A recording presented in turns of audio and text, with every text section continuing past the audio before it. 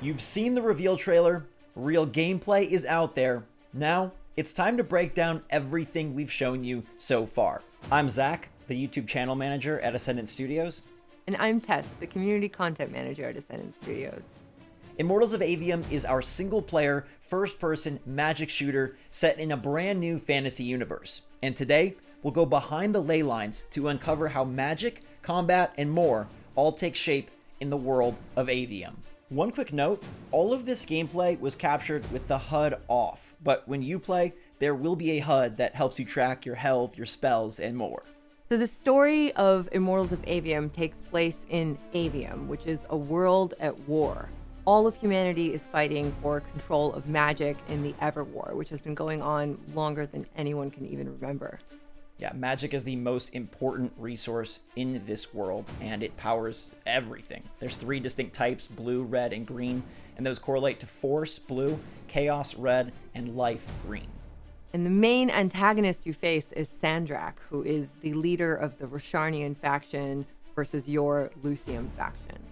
So with Sandrak on one side, you take on the role of Jack, who is an unforeseen, meaning someone who acquires their magical abilities later in life. Jack is thrust into the Everwar to defend and protect his homeland of Lucium on his quest to become a battle mage.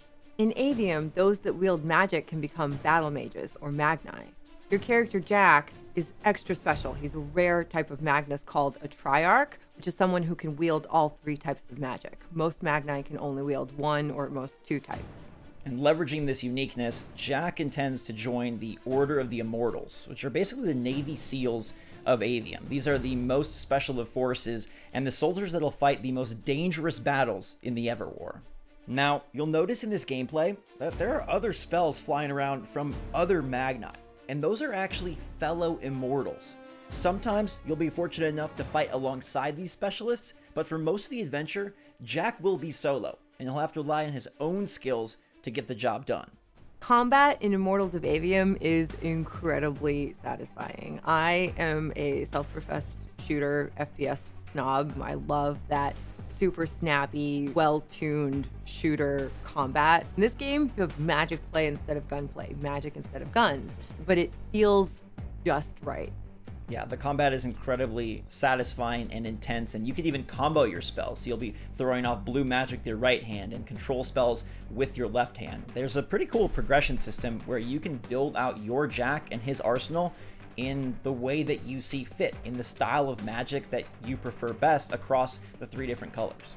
So red magic is kind of your close quarters combat weapon of choice. It feels very similar to a shotgun, so if you really love running up into the face of your enemies or pulling them towards you with the lash control spell, for instance, and then punching them with your red magic, it's very satisfying.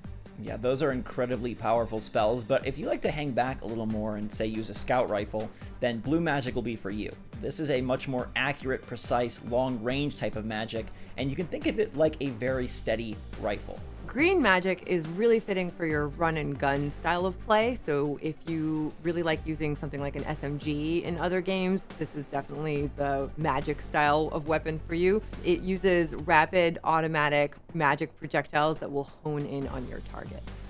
And here's where it gets really awesome, because you don't have to pick just one. Since Jack is a Triarch and can wield all 3 colors, you can switch between all 3 types of magic at will. One thing you'll notice about Immortals of Aveum combat is the Simon Says sort of strategy to the magic play.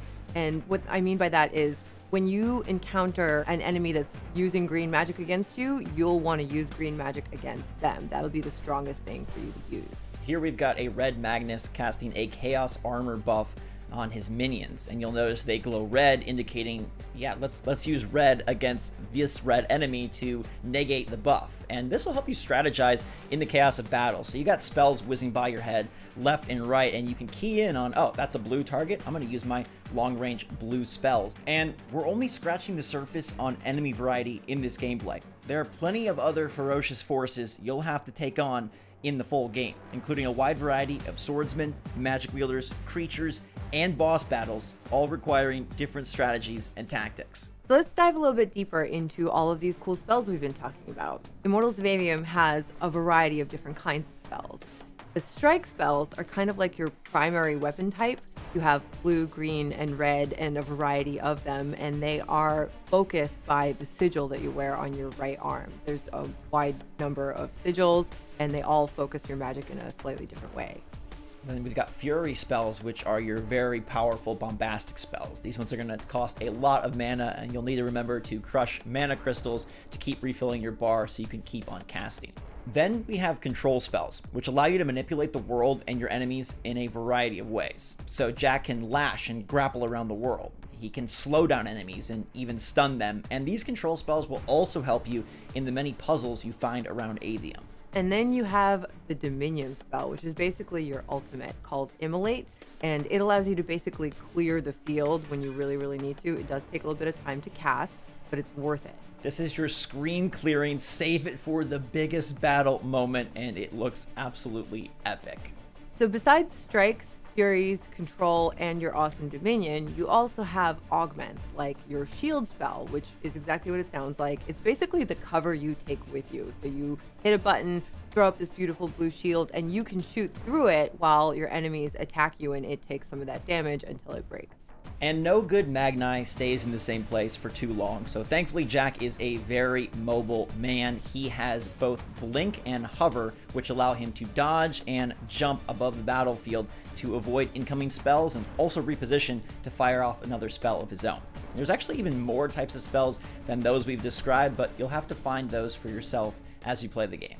So we touched on this a little bit before, but Immortals of Aveum has these devices called sigils, which are these beautiful, intricate pieces that you wear on your right arm, and they serve to focus your primary spell magic and give you a different kind of attack depending on the sigil that you choose. Equipping these different sigils will allow you to change the strike spell for each color of magic. And you can think of it kind of analogous to swapping guns. So swap out a sigil and modify the primary attack for each color. There's actually 3 primary attacks per color and a wide variety of sigils that will all provide different boosts and buffs to Jack's magic use. So here's a really good example. When you start the game, you start with a strike bolt blue sigil on Jack's arm, and that allows you to shoot those individual bolts that are really amazing at doing long range damage. You can also later on find a blue sigil that gives you the ability to do the javelin spell, which is exactly what it sounds like. You rear back and you shoot a blue magic javelin at your enemies. It's incredibly satisfying. For all you RPG fans out there, there is a ton of loot and gear in Immortals of Aveum. You got a plethora of chests that you'll find throughout the world, and then you'll earn very awesome gear by defeating specific enemies. One thing that's really important to note is the loot is not procedurally generated. It's specifically designed and specifically placed. There are hundreds of items of loot, but when you fight a boss, it's going to drop a specific thing, and you'll get that awesome thing if you fight that boss. Same thing goes for chests. Same thing goes for all of the loot in the world. It's more the style of Souls-likes. You'll get specific amazing weapons from fighting that boss or this boss than it is a looter-shooter type of loot system. No mindless grinding, no wasted evenings. Instead, you can craft sigils. You'll be able to upgrade sigils, and there's a ton of other gear types as well. You got magical rings to boost your offense. You've got bracers that help amplify your defense, and totems that add additional modifiers to your control spells as well.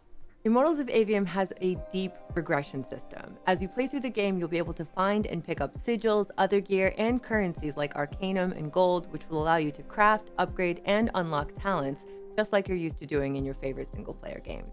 Let's give you a little glimpse into the skill trees here, where you'll use Arcanum to purchase skill points in the 3 colors of magic. So you can venture down the green skill tree, the blue, the red, and prioritize whichever type of magic is feeling more your style. Along with talents and the ability to find sigils and gear, as you play through the world of Aveum, you'll encounter spell shrines, which unlock special spells like the Refract that you see here, which is an enhancement to your Disrupt control spell, and it allows you to work your way through puzzles that you might not have been able to access before.